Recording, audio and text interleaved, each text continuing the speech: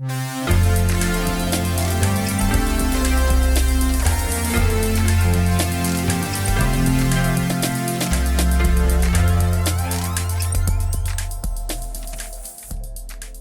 friends, and welcome to the March 24th edition of Weekly Witness, Texas Impact's weekly podcast designed to help mainstream Texans of faith understand the legislative process and help you engage with the Texas legislature. My name is Scott Atnip, your host and Texas Impact's Director of Public Witness, and this week we welcome Diana Forrester, Director of Health Policy with Texans Care for Children. We are just over halfway through the 140-day legislative session, and Texas Impact has many priorities. And maternal health and Medicaid for Texas families are always important legislative priorities for Texans of faith across the state. But Diana joined us to talk about another Medicaid-related issue, semi-related to the Texas legislature, as we discuss the unwinding of COVID-era continuous coverage of Medicaid. This will potentially impact hundreds of thousands of Texans. There are a lot of important issues being discussed during this legislative session, and discussions about Medicaid are always front of mind for Texans of faith because they impact so many people in our congregations and communities. To find out how you can learn more and get involved, go to the Action Center at texasimpact.org. So with that, I hope you enjoyed this week's conversation with Diana Forrester.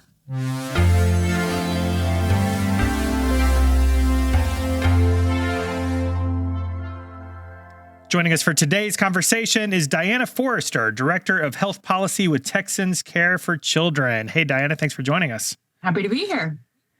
We did hit the halfway mark of the legislative session recently. How are you feeling so far? Like relieved and also so tired. It's like, thank goodness it's half over, but like we still have half of it to go. We still have half to go, and the hard half, I think. But yeah, I think we're all reaching that point. So one of the big topics that our listeners love to talk about is Medicaid expansion. And we've been talking about that for years, but apparently there's a whole different Medicaid fire drill going on right now. So can you explain that to us? Yeah, for sure. So part of the public health emergency that was declared when COVID started in March of 2020, there was a continuous coverage requirement in there. And essentially, the federal government asked states to keep everybody on Medicaid. Don't do any renewals right now. The thought being we didn't want anyone to lose health insurance in the middle of a pandemic. Right. So it was done for 90 days, and it's been renewed in 90 days chunks since then. And so essentially what that means is everyone that was, on Medicaid in March 2020 is still on Medicaid. And anybody who has come on to Medicaid is still on Medicaid. They haven't done any renewals. They haven't rechecked anyone's eligibility since March 2020.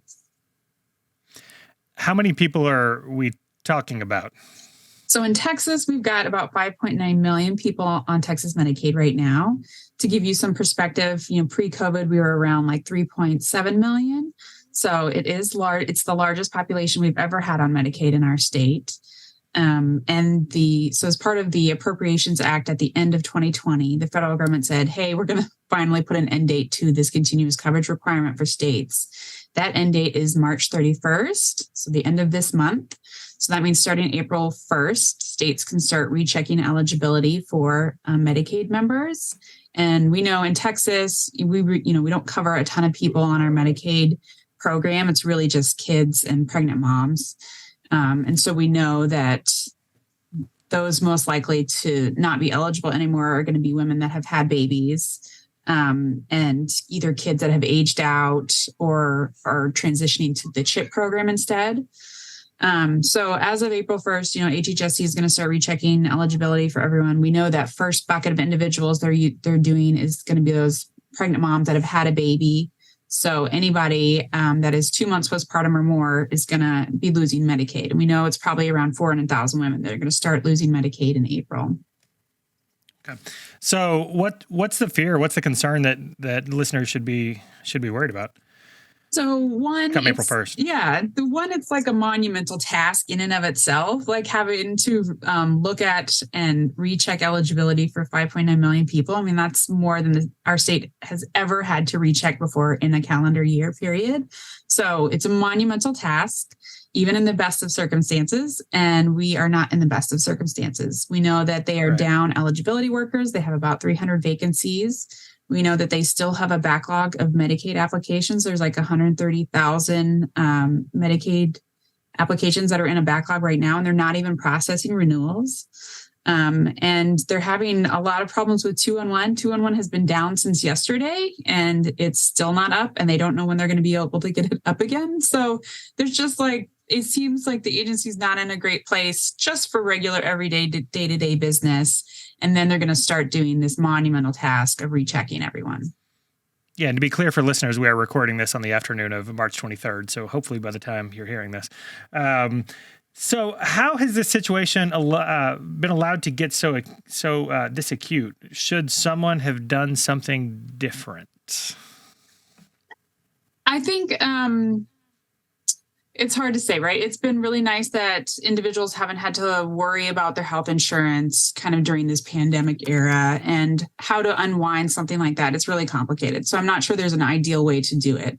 However, the federal government has kind of laid out a toolkit for states on like best practices on how to do this.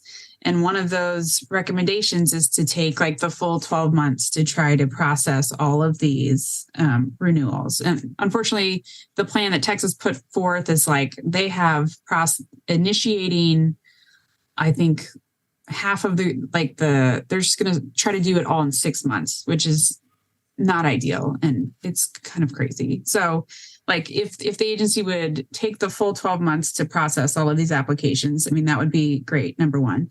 Number two, there's a lot of flexibilities that the federal governments are allowing for states temporarily to help them get through this process. Like you can text members directly, you can call them, you can allow health plans to text them. You can use SNAP information to verify income for them. So you don't have to like ask for verification specifically for Medicaid if you already have that info through another program.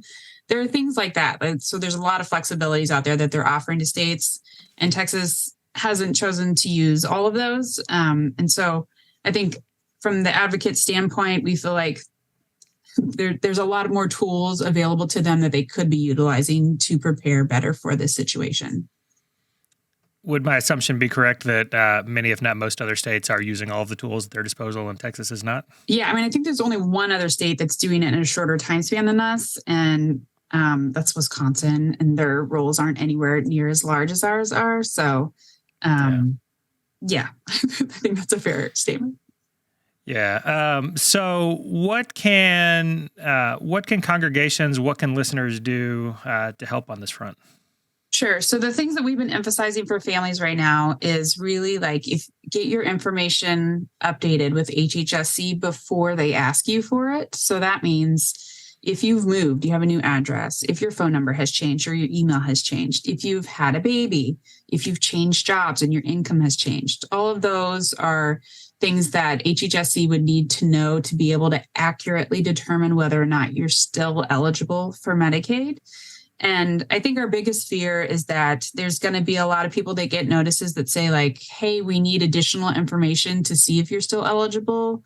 And they will interpret that as being like, I'm not eligible anymore, instead of like, no, they just don't have updated info on you. They really just need to turn in X, Y, and Z. Also, we're really worried about, the agency does a lot of this through mail, like the U.S. Postal Service is going to be processing millions of these envelopes. And you may not get them in time. And they always put this scary date on those letters that says, you must respond by blah, blah, blah date. And sometimes people get that letter after that date. And so they just assume like, oh, well, I missed my chance. And it's not true. You can call them and tell them, I just got this letter. Can I upload the information now? And they can reopen your account and process it. So I think the main worry is that people are going to lose coverage that are still eligible and they won't even know it. Yeah. Are there tools that local congregations could use to increase awareness in local communities? Is that a step folks can take? Yeah, absolutely. And I know a lot of congregations actually are part of the community partner program. So, I mean, those programs are vital to helping people kind of process and figure out what these letters say and what they need, what those next steps are.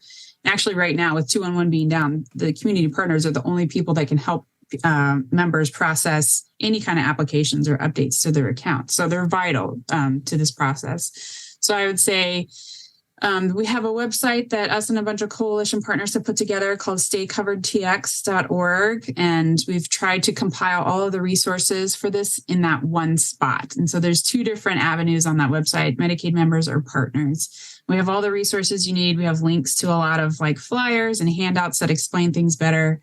So I would say, if you're trying to help somebody, you can use that as a starting point.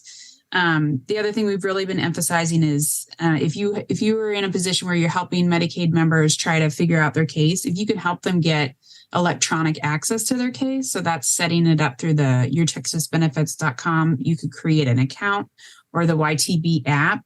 If you can get that figured out now before they start sending out these notices, and you can opt into the electronic communication, that is going to be your best bet as far as getting timely information.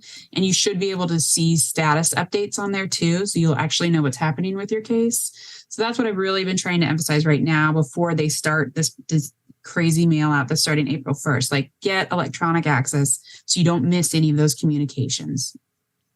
Is there anything to do legislatively on this front? So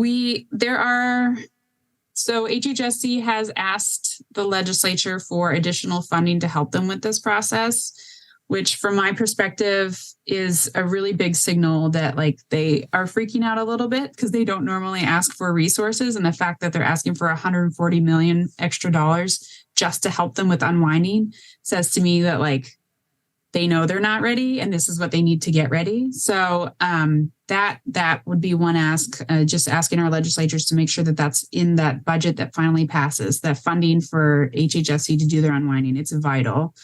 And then there are a few other bills as far as like trying to streamline a lot of these administrative barriers to accessing benefits. We have one, HB 1599. It's called Express Lane Eligibility, and it would just allow the state to use SNAP data to determine your Medicaid eligibility. Simple things like that. There are a few bills like that would really help. Just like it would help for this situation, but it would also help just in general too. Yeah. It's kind of like trying to reduce administrative barriers for people that are constantly trying to access these benefits. I do want to change directions a little bit and ask you another question if you've got time for it. But anything else on this unwinding piece that folks should know about? Anything I haven't asked you? I think it's just going to be a situation that's going to be constantly changing. And so that's something to keep in mind. I think the other thing is like they're sending out these yellow envelopes with bright red letters on them. They sent out their first batch at the end of February. Everybody got one of those. And then they're sending out your renewal packets in that same envelope. So starting in April, any yellow envelope you receive after April, please open it up and look at it and see what it says, because that's going to be the information that's really crucial to determining what the agency needs from you. Okay. Well, we invited you on to talk specifically about that because it is a topic that many of our listeners wouldn't have heard about, and there's certainly things for congregations to do. But you also mentioned postpartum coverage, and I know our folks, many were at a rally recently for maternal health. We've talked about it a lot on this program. It's been a focus of our action alerts. I wonder if you can give us an update on where we are with postpartum coverage in Medicaid bill that had the hearing in the House a week or two ago. Yeah, HB 12 for 12 months. Yes, we had our hearing the other week in the Select Committee on Health Reform. They voted it out this week. Was that Tuesday? So it's going to go to the floor for a vote. I think the House is really anticipating that the Senate is going to kind of hold this one hostage because they know it's a big deal and they know it's a priority of the speaker. So I think they're going to take their time a little bit and be a little bit strategic on when that House vote happens. So don't freak out yet. I think it'll be a few weeks before it goes to the House floor, but that is intentional and it's not being held up for any reason. But when we do get that calendar, when it does make the calendars for the vote, we will kind of signal like a call for everyone to call your legislators and tell them to vote yes on this. Okay, so keep holding for now. But that hearing was fun to watch. Some have not been as fun, but that one felt good.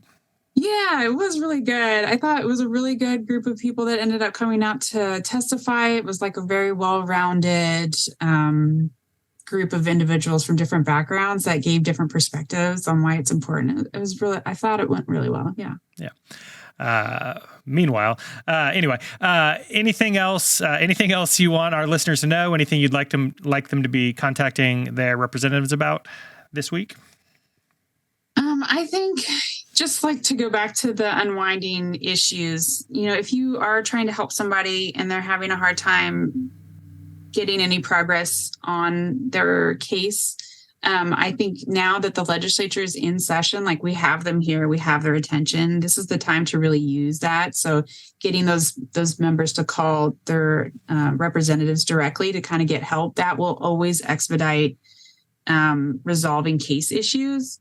So I just have been trying to emphasize that because I feel like it's not normally our go-to when we're helping people trying to navigate Medicaid. But since they're here in town right now, like let's use that resource.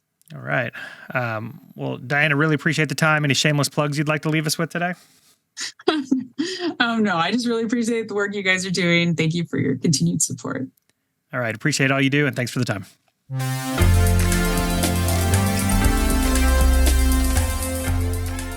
I'd like to thank Diana for joining us, but I especially want to thank you for tuning in. I hope you enjoyed the conversation and can think of relevant ways for you and your congregation to get involved to help families in your community get access to the health coverage they need. As we wrap up, make sure that you're subscribed to the podcast and are sharing it with your friends and congregations, and go to texasimpact.org for other ways you can get involved during the legislative session. While you're there, make sure that you and your congregation sign up to be members of Texas Impact to support this podcast and the work of Texas Impact year-round. We look forward to resourcing your advocacy, and I'm happy to try my best to answer your questions. So feel free to reach out at scott@texasimpact.org. And with that, I think it's time to close out this episode. So remember, the world needs Texans of faith active and engaged. So let's get to work.